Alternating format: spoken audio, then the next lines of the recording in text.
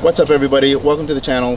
2018 is gone, 2019 is here, and along with that is this 2019 Chevy Camaro Super Sport. I can't wait to drive this thing. So let's get that intro out of the way and go for a drive.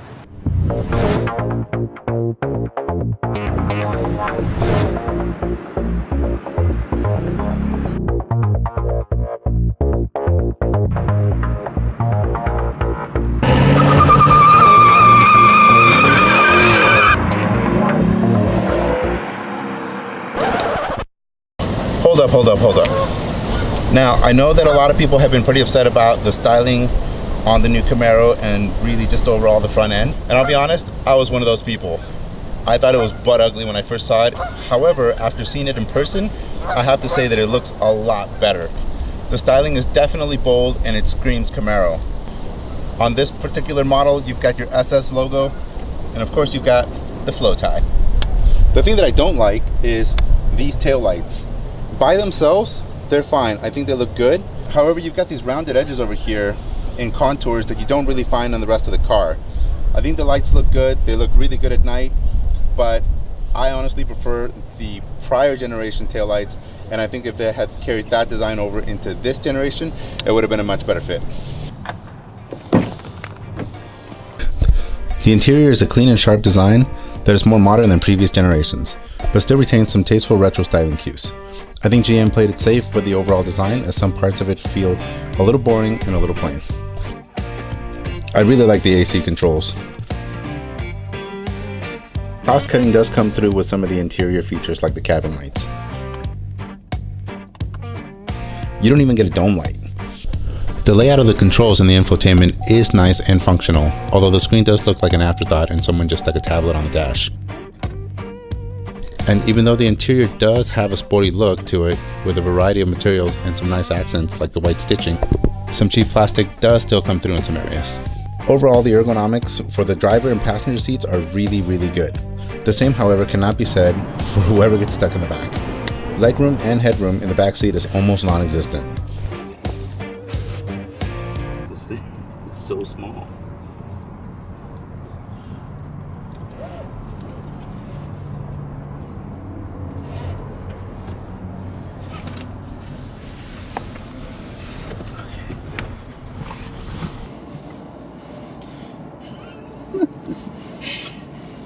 Hold on, let me bring this back. Look at that. Look at that. That is so uncomfortable. Look at your head. I just feel like if we hit a speed bump, I'm done. Like it's gonna break my neck. Can you straighten your head out? I can't. Finding a comfy spot is challenging to say the least.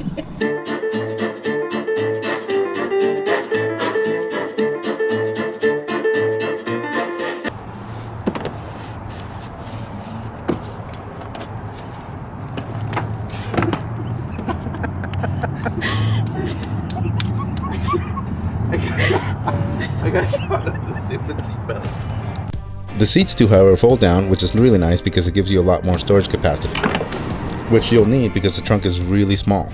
However, as small as it is a really good use of space. On a weekend trip down to LA, I was able to fit all my gear in the trunk and still had plenty of room for the lady slings.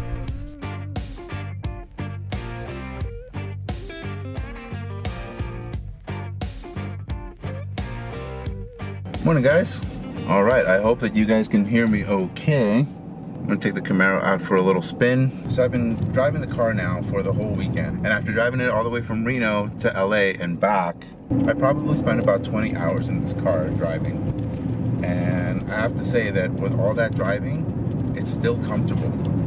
The seats never really felt uncomfortable. I felt like they were just hugging me and holding me the whole time.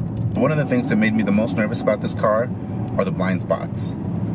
Every time I go to merge a lane, back up, pretty much do anything where I'm looking around to see what's around me, I just get these massive blind spots, especially on my left side. I turn around and all I see is black plastic. That's all I see. Now, Chevy's done a pretty good job with their backup camera. The backup camera has a nice wide angle on it, and the lane assist obviously warn you about what's around you. And that's all fine and good, but I'm still a little bit old school and I'm more of a traditionalist, where I like to see what's around me rather than having a sensor tell me. Obviously, the number one thing about this car is the performance. This thing is fast. I was a little concerned with the automatic. I'm definitely of the old school mentality that if a car is going to be a performance car or a sports car, it should have a manual gearbox.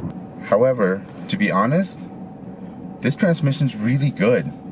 It's really good. I never thought I would say this, but I don't miss the manual. As far as the rest of the car goes, I really like some of the design cues that they went with.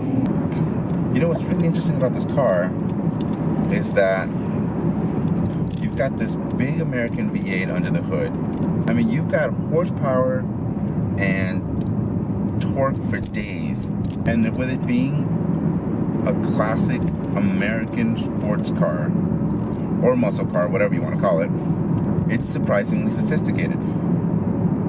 And what I mean by that is that the power and performance is there when you want it, but it's not throwing it in your face the whole time. Right now I have it in touring mode. I'm driving through the city, and it's a really pleasant drive. No big deal. I mean, really smooth. I mean, it handles itself like a sporty sedan until you get on it.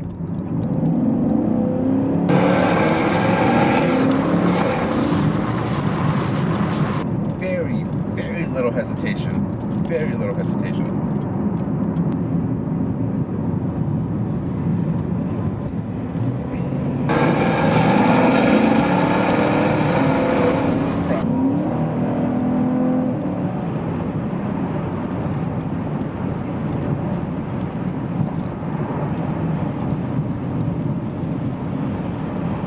This car is so good. As far as the seating position goes, it seems to be in a perfect spot. I'm nice and low in the car. Personally, I think that the window's a little short, a little squatty. It's kind of hard to, you know. I think that if you have a Camaro, you're gonna be cruising, you wanna be able to put your elbow on the window and just kind of hang out the window a little bit. Say what's up to people. Yeah, I drive a Camaro, what's up? The rest of the door is really nice. The ergonomics on it are almost perfect. There's a cutout right here in the door where your arm goes, where your elbow goes, and it just sits in there perfectly.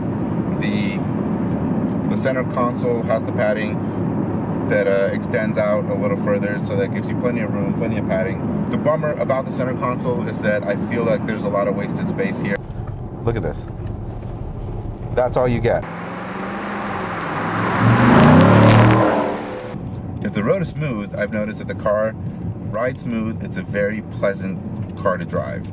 However, when the road is not so smooth, I feel like every single bump, nook, cranny, and pebble is translated into this car. And in some roads, it was so bad that it was borderline obnoxious. The back seats being non-existent, you can pretty much live with, because, well, it's not like you're gonna be sitting in the back seat, you're sitting in the driver's seat, so what do you care? At the end of the day, I could totally see myself owning one of these cars.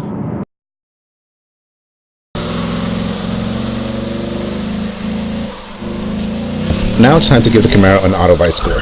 First, let's look at the value of the car by seeing how it stacks up against the competition. In a similar configuration, the SS is a little bit more expensive than the Mustang GT and just a hair cheaper than the Challenger Scat Pack. It's the slowest of the three, but only by tenths of a second, so it's kind of a draw. Choosing one out of the three really comes down to brand preference. If you're looking for similar performance from overseas, you're going to have to go the luxury route, and it's going to cost you a significant amount more coin. The Lexus RCF, for example, has a V8, putting out 467 horsepower, but only 389 pound-feet of torque, taking it to 60 in 4.4 seconds. And it's also significantly more expensive than the Camaro SS. For that kind of money, you can look at the Z01, which gets you 650 horsepower coming from the supercharged V8. If you go the Audi route, you can get the RS5, which gets you to 60 in 3.7 seconds by way of a bi-turbo V6, putting down 444 horsepower and 443 foot-pound of torque. But it's going to set you back just over $74,000. So I'm going to give it a 7.5 out of 10. It's really middle of the road against its domestic competitors, but it's a great platform to build something really great on. Really shines when you stack it up against imported performance cars. On that note, for performance, I'm going to give it a 7.5 as well. The car is fast, no doubt, and I was also able to get an impressive 24.3 miles per gallon on a trip to Los Angeles and back. It does handle well, but it's also prone to oversteer very easily. The interior is nice, but that's about it. So it gets a 6.5. It is well laid out and has some fun, although unnecessary features like customizable ambient lighting. And the cheap plastic still comes through in some areas. The atrocious blind spots don't help either. For overall design, I'm going to give it an 8. The car just looks good.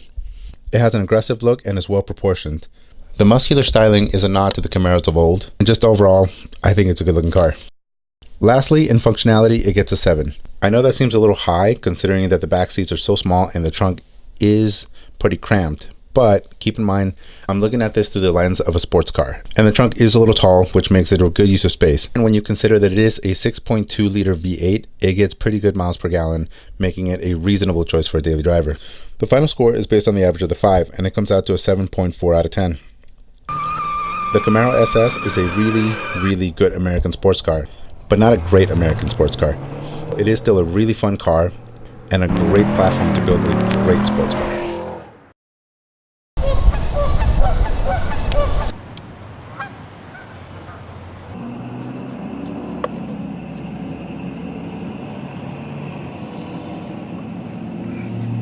A lot of traffic out this morning.